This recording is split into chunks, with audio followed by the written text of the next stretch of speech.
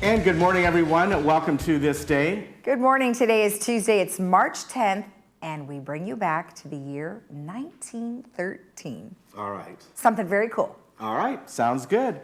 And on our show today, Stuart Spencer is here, and he's, of course, with Advanced Ear Care. That is his company, and he's going to be talking about, well, a few different things, but how hearing loss affects you in many ways you might not think about. So we're going to go through all of those. Also, we have from the Laguna Beach Police Animal Services. You may wonder why that. Well, they serve the community of Laguna Woods as far as animal services go.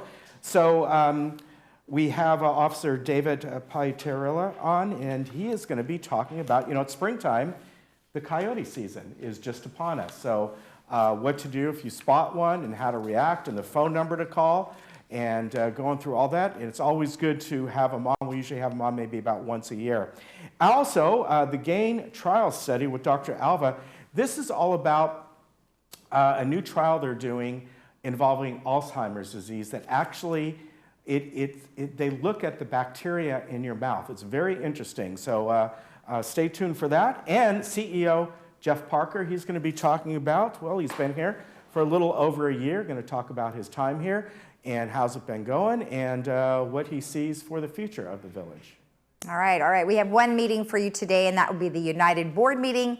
That'll be at 9:30 in the boardroom, and it will also be televised right here after our morning show.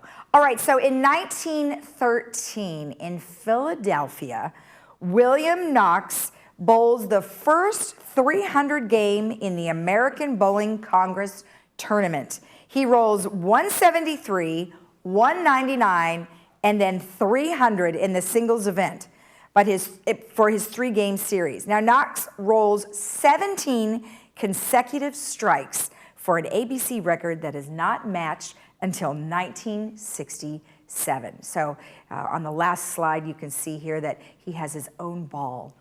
Ken, do you have your own bowling ball? I do not. No. You ever bowled a 300? No, actually, no. The highest I ever bowled once was 220. That's pretty good. And that does not make me a good bowler because you play usually 3 games, and I think the game after I bowled like an 80. I just got for some reason lucky or something. Bumpers like that. or no bumpers? No bumpers. No bumpers. No, I could probably use those. All right. Here's the weather come up, and of course it's rain, rain, rain. Right now, we are looking at the possibility of some sort of rain for the next 7 days, so all the way through Monday of next week. And today, of course, is going to be the heaviest round. This morning at our house, overnight, when I left this morning, we already had a total of 3/4 of an inch. As I said, this is going to should be the heaviest day, and so we're going to get rain on and off. Obviously, if we already got 3/4 of an inch so far, we're going to get probably over an inch, maybe an inch to an inch and a half. Tomorrow, probably about half that, but we'll still get a rain. This has shifted a little bit, this system. If you probably noticed, it's not real cold outside. I mean, look at the temperatures. That's pretty mild when you think about it. That's because the system shifted down to the south and started bringing up some subtropical moisture. And therefore, if you noticed last night, the winds were coming from the southwest when originally they were coming from the northwest, and the whole system shifted. So therefore, they're predicting a little bit less rain tomorrow. Then more than likely scattered morning showers on Thursday, chance of thunderstorm, both today and tomorrow and Thursday. And then as we go forward to Friday, Saturday, and Sunday, we're looking at 20 to 30% chance of rain, depending where you are in Southern California.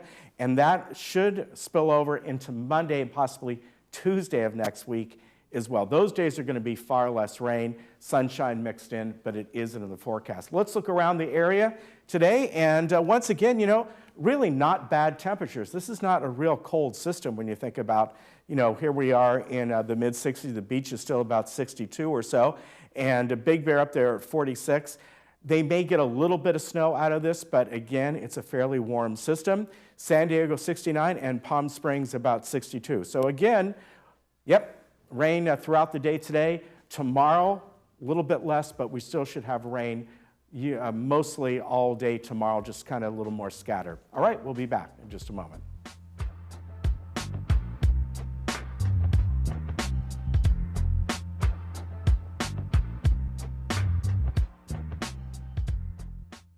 Been coming here since about 1995, 25 years. When it comes to medicine, you have three choices. They either give you chemicals, or they cut your body, give you surgery, or you can do something about your body where you heal yourself from inside out.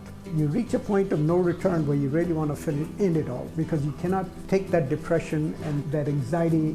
That's not life. I don't think there's anybody in the world doing what he is doing. It'll only help you, and then you can phase to whatever part of your life you want to phase. Call today for your free phone consultation. Freedom Village Skilled Nursing offers rehabilitation after surgery with our team of on-site therapy professionals. We are proud that our quality care measures are recognized by Medicare. We support you with your recovery with a caring staff and registered nurses around the clock. Freedom Village Skilled Nursing is conveniently located near 3 hospitals, open to the public, and offers private Serenity Suites.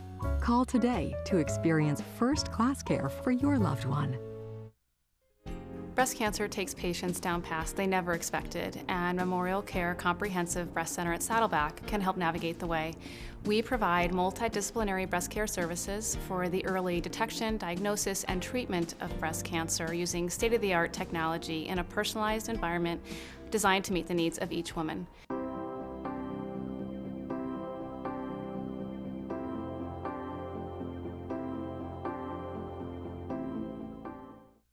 Do you hear but not understand? I have good news for you.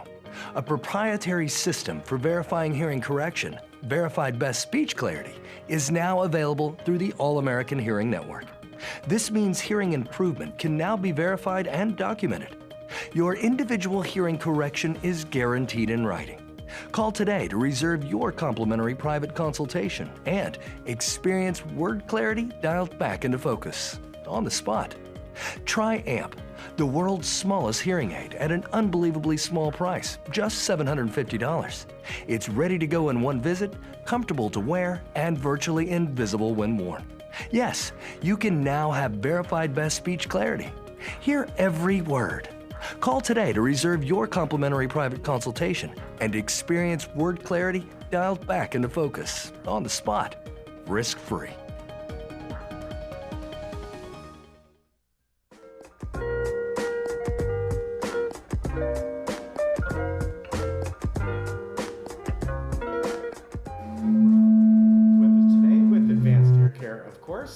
And this time around, Stuart, we're talking about really the effects of not being able to hear very well. So welcome.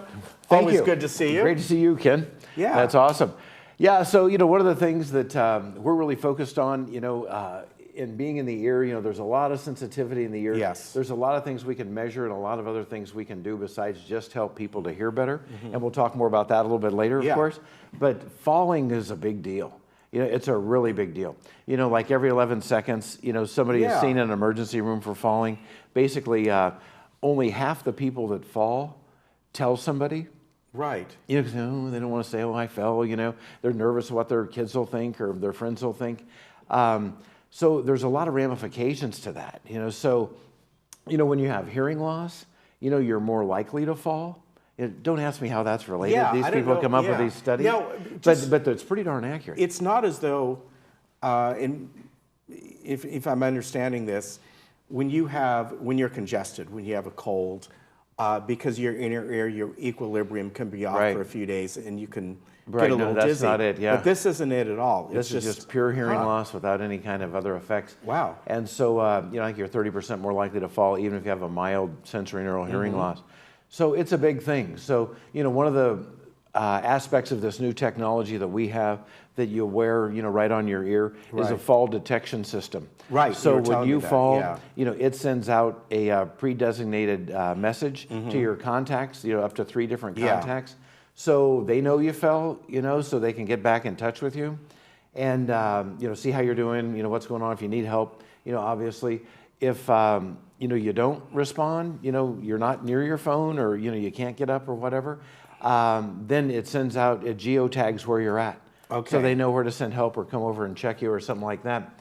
And here, just a quick story, I mean, not too long ago at a Christmas, we had a gentleman's hearing aid that came back from repair, and we tried to call him to pick it up, didn't answer, and my son, Brandon, said, you know what, I live right down there, let me just run by, So he runs by, the guy's been on the floor for 2 days. Oh my God. So he gets on his cell phone, calls 911, and, gets him in there. The guy could hear for Christmas, but he could also, get up and get help that he needed. I mean, so people do this, and nobody ever thinks they're going to fall. It's always going to be somebody else, Let me ask you something about the hearing aids Sure. with the fall detection and they call.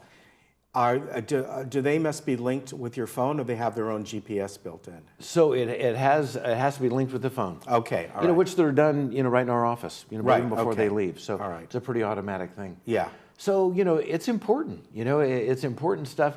So we're starting to look at the overall health of the individual and see how we can live into that to help them, in these different aspects of their Yeah. life as well. So Now, it's good another stuff. aspect of, I think is an obvious one, is loneliness. Yeah. That's right. So, boy, have we heard this, forever, and loneliness is a big epidemic. Yeah, I mean, and it's an epidemic because obviously people are living longer, they're living in different facilities, right? But you don't have to be isolated to where you're all by yourself Right. in a corner to be lonely. Yeah. You can be right in the middle of a party, right? And not even be able to talk to anybody. And that's even kind of more depressing, Yeah. if you will, because it's like, That's gosh, very I'm true. here and I can't even have a conversation, And so, that's what we're trying to overcome, right? Is get them to where they're hearing better, they're communicating better, they're more active, they're more social. If people are stronger, they fall less. All this stuff just starts to work into the same Right. focus, which is keeping somebody as healthy as they possibly can and living into their best potential. Yeah. And the other one here is obvious, hearing a noise. But this is just the everyday stuff, obviously, in your house. And I was talking to somebody about this the other day, cooking. When you cook, the sounds of what you're doing is very key. If you're hearing something sizzle or something like that, or, you put something on the stove and you hear it, you can tell, okay, it's gone from a simmer to a boil. If you're not standing there right by your pan, I'm not saying you should be, you got to be safe, around, sure. but you could be turning around in the kitchen chopping something up, and then all of a sudden you hear it and you go, okay, it's time to do this. But just cooking alone, hearing all those sounds you hear the timer go off, whatever it might There's so be. many things like that, Yeah. Ken. You're so dead on right there. It's there's so much sound around us that's so subtle. We have some people mention, they say, well, gosh, I don't want to wear my hearing aids at home. I'm not really talking to anybody. Yeah. We say, oh my gosh, that's such a big mistake. You need to wear them all the time to constantly stimulate that auditory system in your brain so that when you do want to hear better, then you're at such a higher level of Right. performance, you can differentiate the little subtleties of those soft-spoken speech sounds and hear and understand conversation so much more clearly. And those environmental sounds, like cooking, Yeah. or the refrigerator, or the water Yeah. overflowing someplace. And that's something, there's all no those way little you can things. hook up to something and have it vibrate like a That's right, doorbell yeah. or whatever.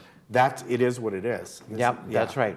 I mean, there are doorbells, when the doorbell rings, they flash and those Right. types of things. But for the most part, you just want to hear them. Yeah, yeah. And that's what people want to do, is just to be more average or more normal, in their conversations and in their interaction. And, that's important. So, then you take that to a whole different level, of hearing and noise, right? Stuart, I could never hear in a restaurant, Yeah. I mean, in my 35 years, how many times I've heard that? Right. I mean, so many. It's, obviously a noisy place is harder to hear than a quiet environment like this is, right? Yeah. This is nice and quiet, we can do just fine. But, when you're in noise, there's that signal to noise ratio we're always looking at and trying to reduce the noise and enhance the speech to give you a favorable ability to understand the speech more clearly. So, now with this new Livio Edge AI product that's just come out, all you do is tap it. Yeah. And it replays the last 15 seconds of what you heard Really? in a few Wow. milliseconds, and then rewinds it, screens the noise, and gives you the speech much clearer. I mean, that's amazing. artificial intelligence at work, right? Yeah. I mean, it's really amazing. Yeah. So, I mean, All within and the- it yeah. sounds great. Wow. So, hearing and noise is a big deal. We have technologies that are getting better and better all the time. You couple that with everything else that goes on and the hearing systems, it's been a fantastic opportunity for us to really move people forward in a lot of ways. Yeah, and again, like you said, even around your house, if you're alone, how important having those hearing aids Really on. important. Yeah, we've got to keep everybody on the air. Yeah. And stop them from falling. Right. As far as the different hearing aids go, I know there's all different levels. Yep. And whatever might be right for someone, they might be at the start of maybe somewhat a hearing loss, so they may not need, they can still hear somewhat or hear fairly well. You bet. But I've said this before, my father-in-law was in that situation and got hearing aids. But when he's out and about, he's in a restaurant, muffled sounds, he could hear, but not really like focus on everything that was going through. At home, he was fine. Yep. But there's a very good example. That's right. So, I mean, a lot of people say, well, I hear you just fine. Yeah. Yeah, I said, you know what, if it was as quiet as this is in my office, we're this close together, we're paying attention, if the world were like this, you'd hear everywhere you go, but you don't, and that's why you're here today, is you're struggling. So we give them speech and noise tests, and boy, their understanding ability goes right, through the floor. Right. They're understanding 35, 42%, you can't have a conversation if you're only understanding less than half of what people are saying, right? Right. So you need to get that way up, in that over that 80 percentile. And we were talking, I think, once before about this, how we're beginning to see younger folks because of the earpods and things like that, and they're playing things at a higher volume, or even if they're not at a real high volume, it's right there. The speakers are in your ears. Yeah. Well, that and the longevity, right? And the longevity. Yeah, they're wearing the darn things all day long. Right, yeah. It's like, my God, you're like they're implanted there practically, right? So that's the big deal. So teen hearing loss is way up, so, on those smartphones, there's a way to go into settings and limit the loudness. So I would encourage any parent or grandparent that can get a hold of their phones to limit that. You can put it down 75%. And it's still plenty loud. Yeah. It's just not that earth-shattering, volume that you really don't need. Right. So, and sometimes if people are just turning it up and listening to music, how you're driving home, you're in your car, the volume's at a certain level, you get back in the morning, it's like, oh my gosh, that's so loud. Yes. We just get used to that, right? So they get used to it as well, and they keep cranking it up. They just need to have a limit so that just subliminally, that's already taken care of for them, so it doesn't get that high. Yeah, and of course, one of the things that I read about recently is, somebody, one of the, the singers, the rock and rollers and all, who was huge during the 80s and 90s, has severe hearing loss, primarily from the concerts that they would play at. That was probably Huey Lewis, Huey right? Lewis, yeah. Yeah, that was, he was tied into Starkey, right? Yeah. He was thanking Starkey on the Today Show about all the work they've done with him. And I mean, basically, it ended his career. Yeah. And it was just good old rock and roll, right? Right. Having fun and jamming out there on the stage. And the funny thing was, they weren't like a big hair band. Yeah. They weren't like, Kiss or something like that. Right. His stuff was, pretty tame, right? Pretty tame. Yeah, but loud. But back then, of course, unlike now, if you remember going to concerts, they would have the big amplifiers all on stage, walls of amplifiers behind them. Yeah. Plus their monitors. You could feel it, right? Yeah. You feel the music. That's what you wanted. Of course, of course. I remember. Little did we know. Yeah. All right. What are your hours over there? So we're 9 to 5, Monday through Friday. If you need to come in earlier or later, we're happy to see you. Okay. Always good to see you. Great to see you too, Ken. Take care. We'll be right back.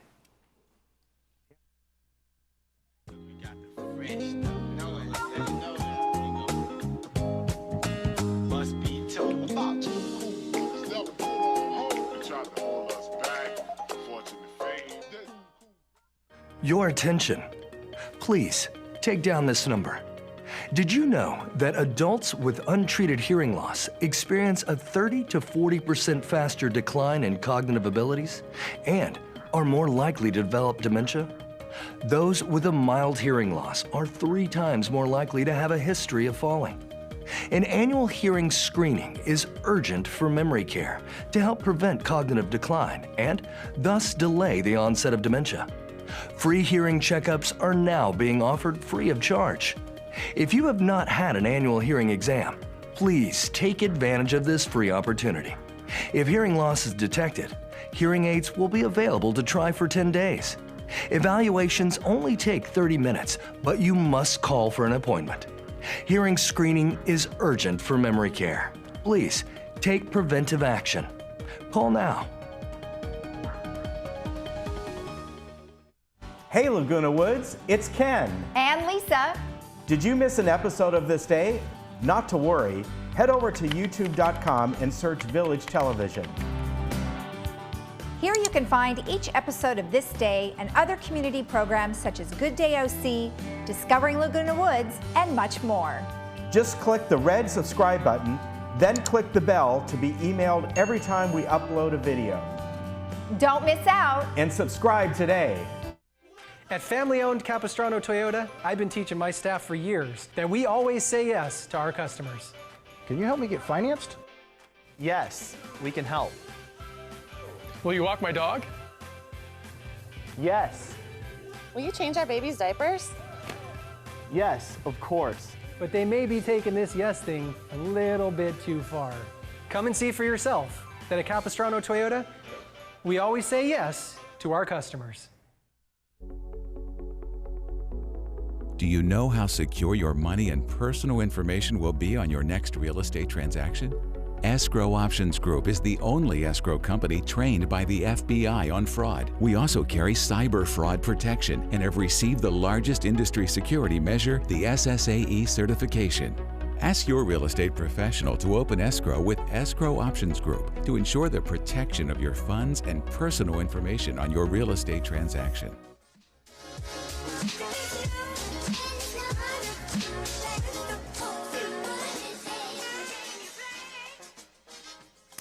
Welcome back. Well, with the coyote situation in our community, we decided that we should have David Peterella on from the Laguna Beach Police Animal Services, who can tell us a little bit about the situation and what we're dealing with. Well, welcome.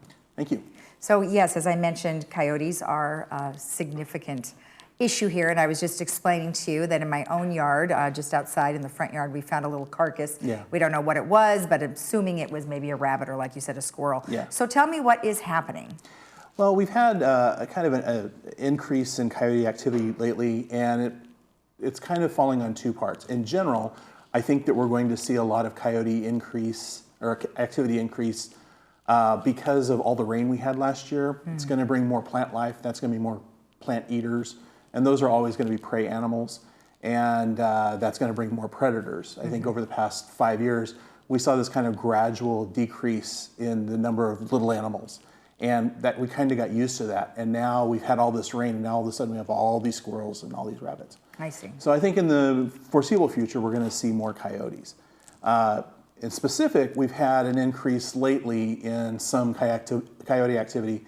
And it's been pretty much focused on one individual animal that we've been able to identify. He's very, very sick. He looks terrible. Oh. And he's been attracted to one specific area. It's a fairly broad area, but we've known that there's been a cat in this area for some time. Ah. And so there's, I think, a reason that this particular sick coyote has been after this particular outdoor cat. I see. So what are, if you said a particular area, is it closer to where there's more wilderness, water? No, What's the situation? it's just outside of Gate 1. Okay. Yeah. Okay. But that's not the only place. I mean, they can be everywhere. They can be anywhere, and they are. And that's just where we've got the most current activity. Okay. Or identified activity. Okay. So if we see a coyote, what are we supposed to do? We need to be aggressive. Yell at it, throw things at it. Just be an obvious presence. Nature kind of requires that there be an apex predator. And we've kind of devolved into this mindset of kind of live and let live. But coyotes don't think that way.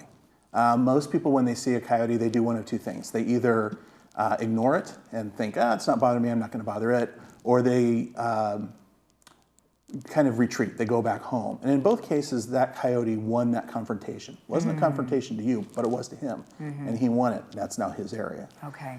And so, yeah, we need to reclaim our space. What are some things that, if people have dogs or cats, are some precautions that they can set up? Keep your pet on a leash when it's outside, and keep it on a short leash. Keep it on a 6 foot or less leash. That's the law, but that's just good common sense. It's been a few years, but we have had a history of coyotes attacking dogs that have been on those long 6 or 12-foot extended You're talking about those leashes. ones where they're just going to let your dog go forever? Yeah, Okay. and people tend to not pay attention to their dog when they're on those leashes. They spend a lot of time on their phone or talking to friends. Keep your dog with you. Even a little old lady is still way, way bigger than a coyote, and he's going to think twice about going after something that is next to something that's much bigger than him. Okay, so it's not necessarily they're going to be attacking the human. It's whatever the animal is. No, it's coyotes live in a world of cause and effect, and they know that they're vulnerable. In a ongoing coyote study here in Orange County, we found that really the biggest coyotes we're seeing are about 35 to 37 pounds. So they're really not that big. So even a small person is 3 times the size of a large coyote. You know, and they get that, whereas we not, because they do look intimidating. They get that they're vulnerable. They don't get to go to a doctor. They don't recover. If they're injured, they're very likely going to die. Right, right. And then I understood that coyotes can jump like 6 feet. They can. So if you have a fence, you're still not out of the woods. You're not. One of the things that I recommend is, you know, if you get like terracotta potted plants, put them along the top of your fence. It's decorative, but the noise that it makes is hopefully a deterrence and B, an alarm. Okay. Oh, I see. I see. Going forward now, what are some things that you guys are doing? It's mostly public education. In the old days, when we first started really dealing with coyotes, a lot of people wanted us to just eradicate them, and that doesn't work, and it never has. There just isn't a program of eradication that's ever worked. And so now when we have our meetings, people talk more in terms of being aware and public education. And that's really what needs to happen. People tend to get a little bit on the lazy side. If they haven't seen a coyote in a long time, or they haven't heard of any problems in a long time, then they kind of get a little bit lazy. But coyotes are opportunistic animals. And so they will wait, and they're patient. And the reason they're successful is because they are adaptable. We tend to get stuck in very predictable patterns. Okay, and then I understand that there have been probably more calls lately seeing the one that you're talking about, but they can anticipate seeing more over the coming months because it's going to get warmer. Yes. Okay. Yeah, and right now is the time when coyotes are being, the pups are being born. And so in the spring, well, late spring, early summer, they're going to start coming out, and by fall, you'll see the young adults now moving off onto their own, and that's probably when we'll see a lot of activity. It's in the mid to late fall. All right, and then what is the actual protocol? So if there is some sort of threat, what is the protocol for them? It's hard to give a blanket answer. It's kind of an individual basis, and it depends on what the coyote is doing. We want to maintain some kind of a balance. If again, when we get back to people talked about wanting to remove or eradicate coyotes, if, for example, there are 25 coyotes living in Laguna Woods and we remove 5 of them, doesn't mean there's 20 coyotes living here. It means it's room for 5 more. And these are 5 that we don't know what their behavior is like. So it's the devil we don't know. So we'd rather work with the devil we know than invite in a devil we don't.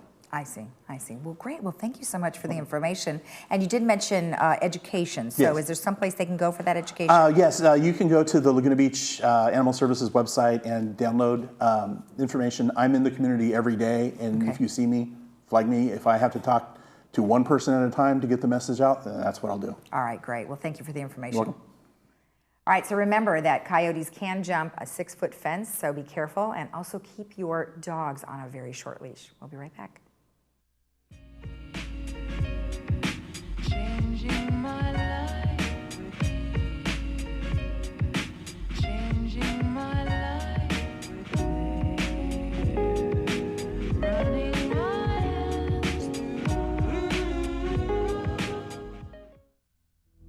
So, Greg, it's a lot to take in. And I know that's hard to hear, but the doctors caught it early. Hi, Blake. My dad has cancer. And I know how hard that is to hear. But you're in the right place. And Dr. Pascal and her team, they know what to do. They know what to do. The doctors know what to do. So here's the plan. First off, we're going to give you all this information.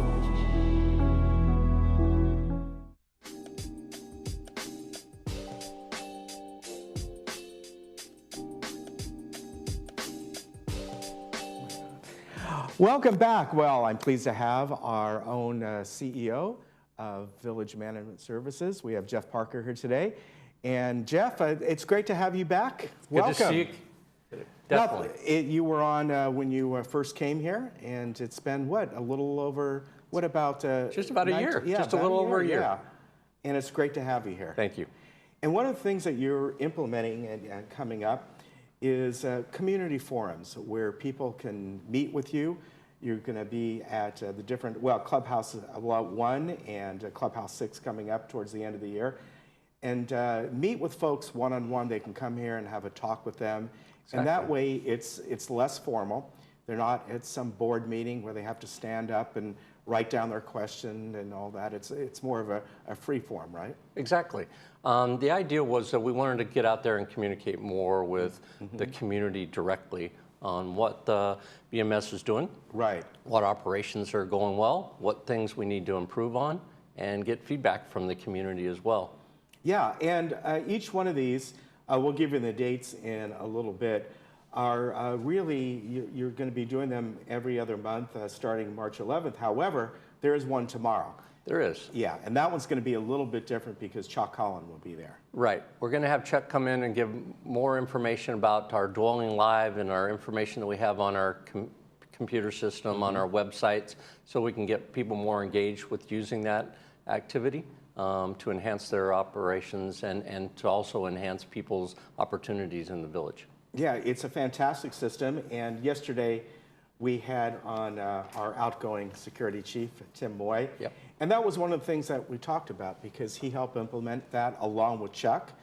And I remember when that first came on board, and Gate 6 was the first gate that really got transformed.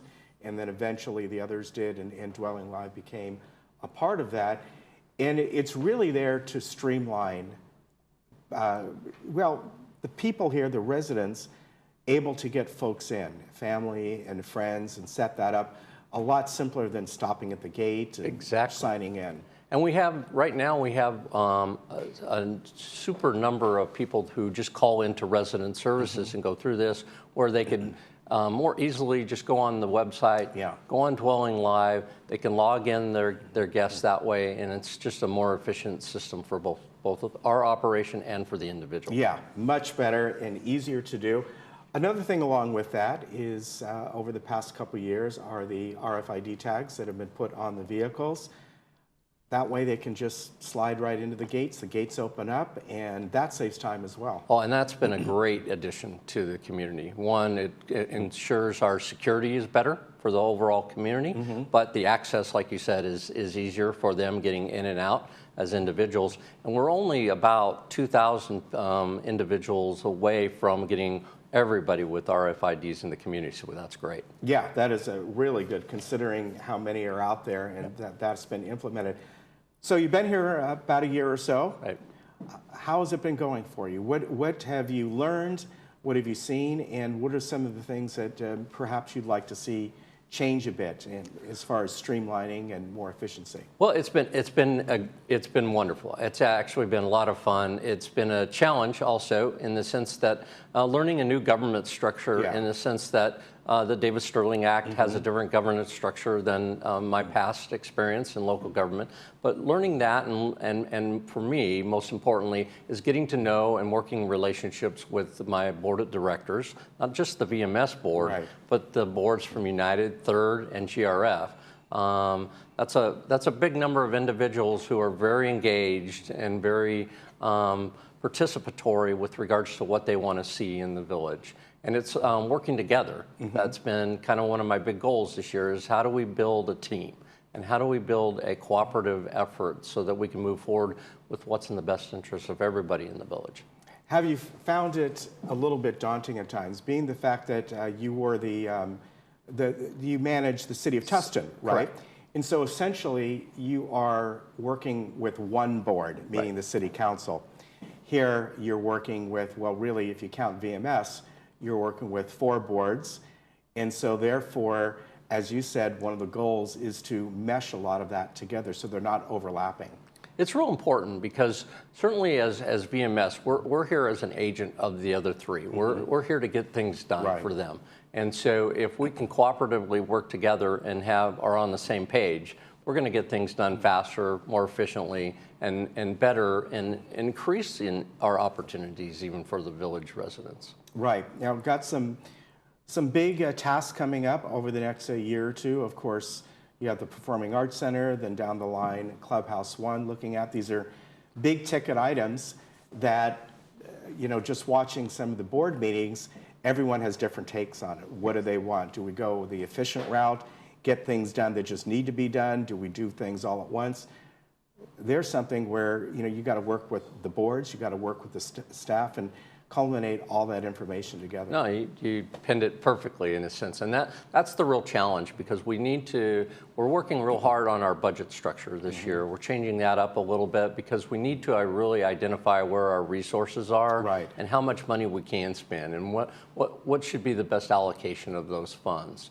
And as we put that together at the staff level, then we'll be introducing that come July to the board members and saying, here's where we are, here's where your opportunities are to go in the future. And then they can prioritize as policymakers. Do they want to focus on which clubhouse they want to focus on, what improvements they want to do, and is there other areas that we need improvement on that we haven't done in the past, catching up basically on levels of service that we need to improve. Yeah, and speaking of that, the day-to-day services that are needed, landscape is never ending, and of course that's one of the big items here.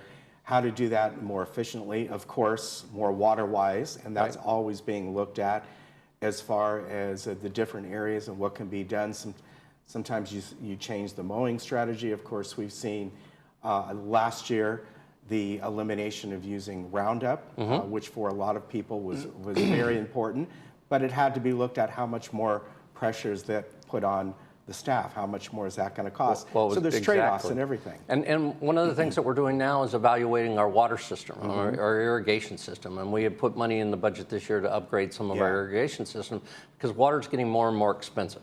It's also, a commodity that people are fearful of that is going to be here in the future. And if we're more water-wise and more efficient in our operations, especially in landscaping, then we can make sure that we don't run into that big increase in costs that we've been seeing lately from all the water districts throughout California. Yeah, unfortunately. And landscaping's been one of the areas, as well as resident services, that I really focused on in that first year of evaluating where we were at, what we nedeed to improve on.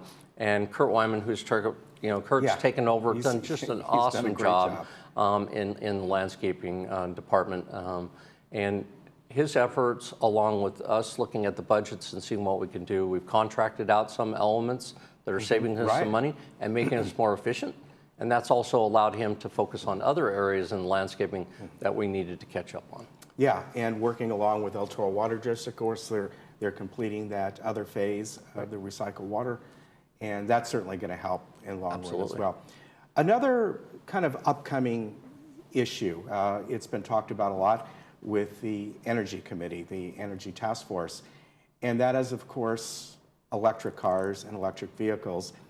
And we're moving there rapidly. And with any community, an aging community, where I live, it doesn't matter. It's that getting that infrastructure there and doing it again at a point where it becomes convenient for people, because that could be a selling point down the road here. Absolutely. One of the things that our M&C committee is working with our staff on is trying to identify the key areas where these electric chargers can be. Where are we going to put these vehicle chargers? Are we going to put them everywhere? Are we going to put them at clubhouses? Where are the key elements? We have started the evaluation of whether or not we could put them in every carport. That's probably an expense that's going to be greater than the village can handle at this point in time. But we want to be able to evaluate what our opportunities are and where we can put them. Because you're right, it's coming. And the question is, are we going to be prepared for it when people come here? It is a selling point. We hear it all the time that, hey, I'm coming here, I want to retire here, but I have that electric vehicle. Where am I going to charge it? How am I going to charge that? Plus, we have enormous amount of golf carts. So charging golf carts is important too, and that's another asset. And where are we going to park them? Where are these vehicles going to be in our community?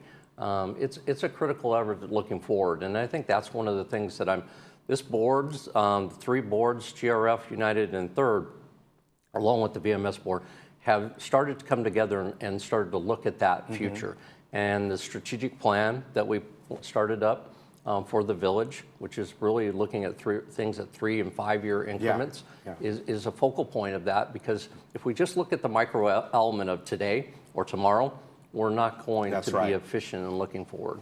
Yeah, if there's any community that is perfect for electric vehicles, a community such as this is. Absolutely. Yeah, it really does fit perfectly. Very active community, as you've seen. You bet. And we've got some great events coming up, and that's one of them is the Senior Games. And being the fact that you worked for a city before and then coming here, I don't know if did you ever work for a senior community before? Not before. So were you surprised how active everyone is here and how they're clamoring for great facilities and all the different sports that they play? Having some knowledge of the village before I came here, I did understand that the facilities that we offered and the uniqueness of that was pretty outstanding. I mean, it's one of the unique things in all of the United States, really. And I think it's a marketing thing that we need to push relative to the village and why you should come by here and live here. What's amazing is the turnout that they have for the village games and for the tournaments that they have, and especially the clubs. That's amazing. Yeah, it is very amazing. And every year with the village games, they add a little something else they're going to try each year, which is fun.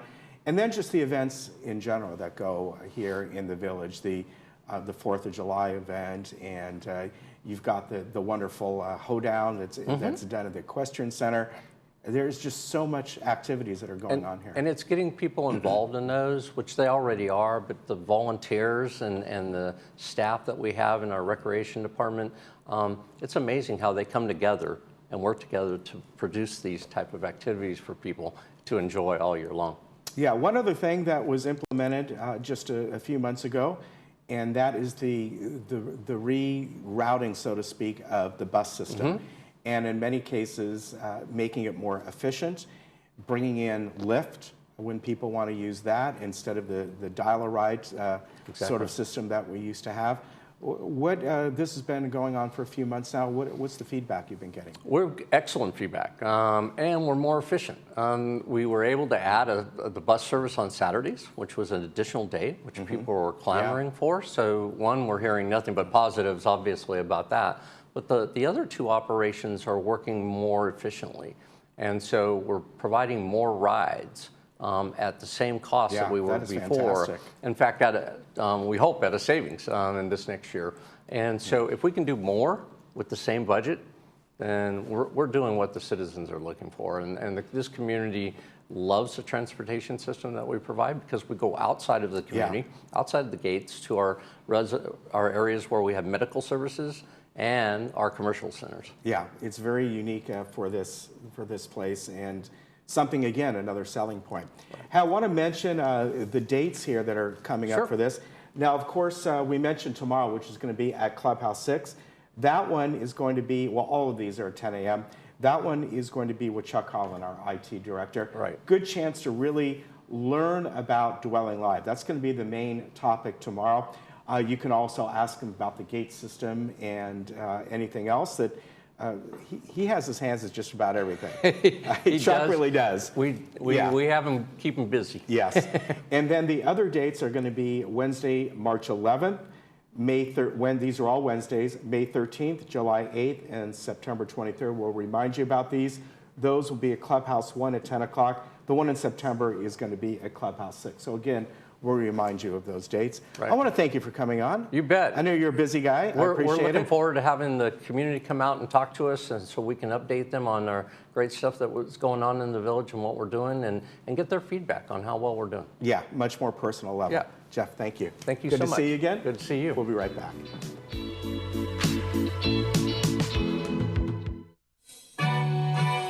Love, Sex, and the Big City. A musical comedy features fictional stars who lived at the Barbizon Hotel.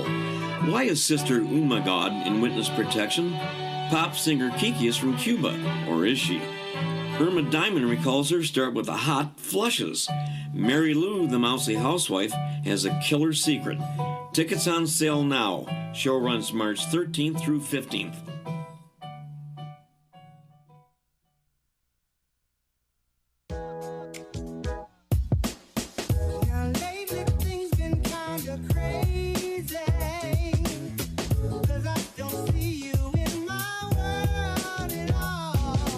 Welcome back, and I'd like to welcome back Dr. Gus Alva. He is the medical director and founder of ATP Clinical Research. They're located up in Costa Mesa, and what we're talking about today is a clinical trial that's going on for Alzheimer's.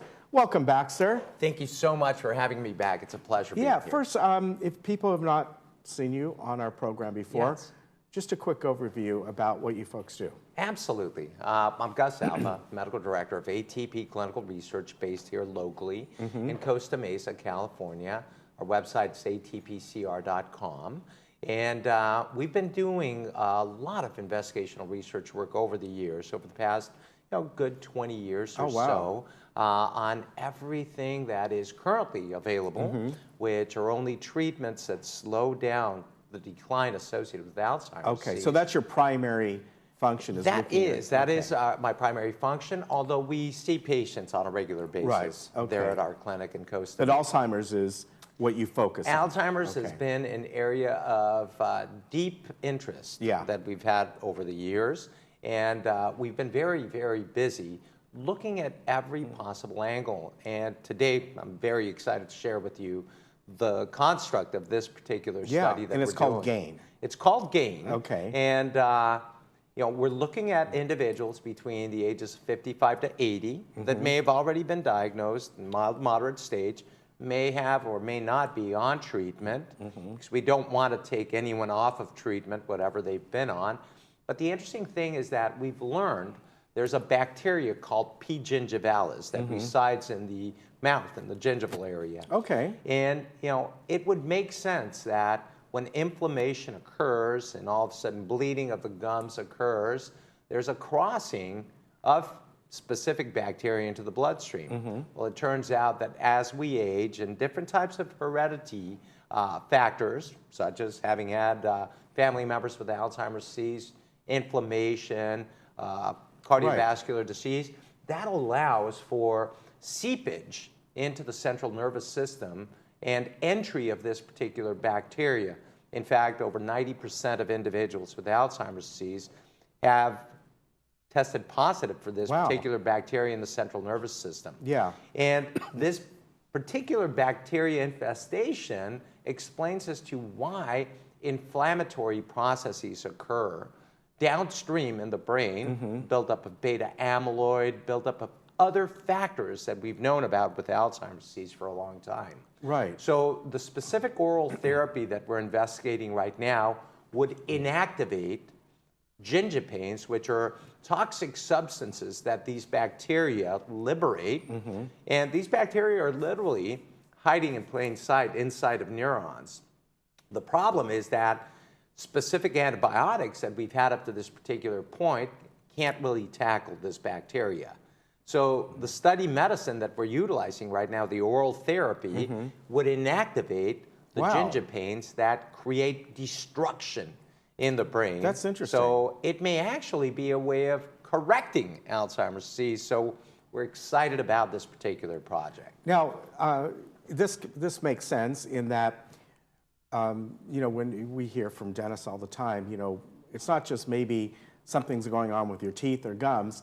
There's all these other effects that can happen quite often when people go who may have a pre-existing condition, not Alzheimer's, could be anything. Sure. When they go to the dentist, they often have to take some sort of preventative medication. You bet. Because the bacteria can get into, especially if they have heart problems or something like that. Absolutely. And we know that Alzheimer's, a couple leading causes are circulation and inflammation. So it all kind of plays in. It's amazing how this all plays out, but up to this particular point, we haven't had anything to be able to address this. This particular company out of the Bay Area called Cortexime, that's leading off the charge with the GAIN trial, is, again, very prominent along lines of looking at addressing this specific problem. And so, like I said, very excited about it. There's currently about 5.8 million people in the U.S. with Alzheimer's. We're expecting those numbers to go up by at least another 500,000 this year. So this is a condition that's neurodegenerative, meaning that it's going to continue on over time. And this specific explanation as to why it might actually ensue with P. gingivalis is quite a compelling story. Right. And that's why right now we're trying to address this aggressively. Now, you know, since you've been in this for about 20 years, there are so many different causes for Alzheimer's, just like there is for different kinds of cancers. It's hard to pinpoint a panacea like this is it. This is going to stop it. You're right. But this is something that could eventually be helpful. Absolutely. Like I mentioned earlier, the nice thing about this particular trial is that even if somebody's already taking a medicine to address this, whether it be donepezil, rivastigmine, Razodine, or Namenda, which are the only medicines that are currently FDA approved to treat Alzheimer's disease, they can continue on with those. And we don't want people to stop taking their medication. Yeah. But this would be layered on top of that, but it may actually have a corrective measure as opposed to just slowing down decline. So amazing times. Yeah. And the beauty is that we can avail our community right here in our own backyard with the advantage of being able to partake in this particular study. Not only is our site participating, there are 2 other sites in the Orange County area. Okay. Our site, it's easy to access, atpcr.com, and our phone number, 714-277-4472. But also, gaintrial.com. People can access a lot of information from that. And there's a beautiful video that I would encourage all your viewers to watch from the website that really explains these very things that we're mentioning right now, because they are quite compelling. Yeah, so when somebody calls this or goes online, you're going to evaluate, like any kind of clinical trial. Absolutely. Is this right for you? Is this going to fit you at this point in time? Yeah, the beauty about this is that people should not participate in a study unless they're fully aware of why the study's being done, pros, cons, alternatives, confidentiality, the whole 9 yards. So people need to be consented for. And to be able to partake in this study, people have to be between the age bracket of 55 to 80. They have to have a primary informant that can give us a read as to how they're doing. Okay. Because if somebody's doing better, we want to have somebody else also letting us know whether they're observing that change. Yeah. Flip side of that, if somebody's doing worse, we want to know about that, or if they're staying static. That's also important to know. But, you know, again, people need to consent to be able to participate in a study, and the only way to do that is by going through an appropriate process. Our site happens to be one of 90 sites around the world that are involved with this particular project. So you're all sharing the information. Absolutely. Yeah. And the neat thing is that, you know, we're more than happy to help even an individual that might just be curious, do I have this problem? You know, the availability of being able to do a memory screening and figuring out whether somebody's an appropriate So that's something candidate. you can do as well. Absolutely. And it's free. So that's the best part about and being that's a involved good in point the you study. make, because with so many different things, whether it's Alzheimer's or other kinds of conditions that people may or may have, getting screened for it at an early age, you may feel great. You may go to your primary and they say, yeah, you know, everything's looking good, but there could be something that could be building that you may not know about. Absolutely. So when in doubt, always seek out your doctor. You know, again, the individual that starts forgetting names of common objects, individuals that they should know, starts getting lost in places that were previously well known, you know, starts having difficulty with constructing things, forgetting as to why they went somewhere, you know, all of those things together might spell out probable Alzheimer's. Yeah. All right, very good. Doctor, always good to see you. Thank you so much. Such a pleasure. Thank you very much. And again, the number is on the screen, 714-277-4472, or you can go to gaintrial.com and get more information. All right, we'll be right back.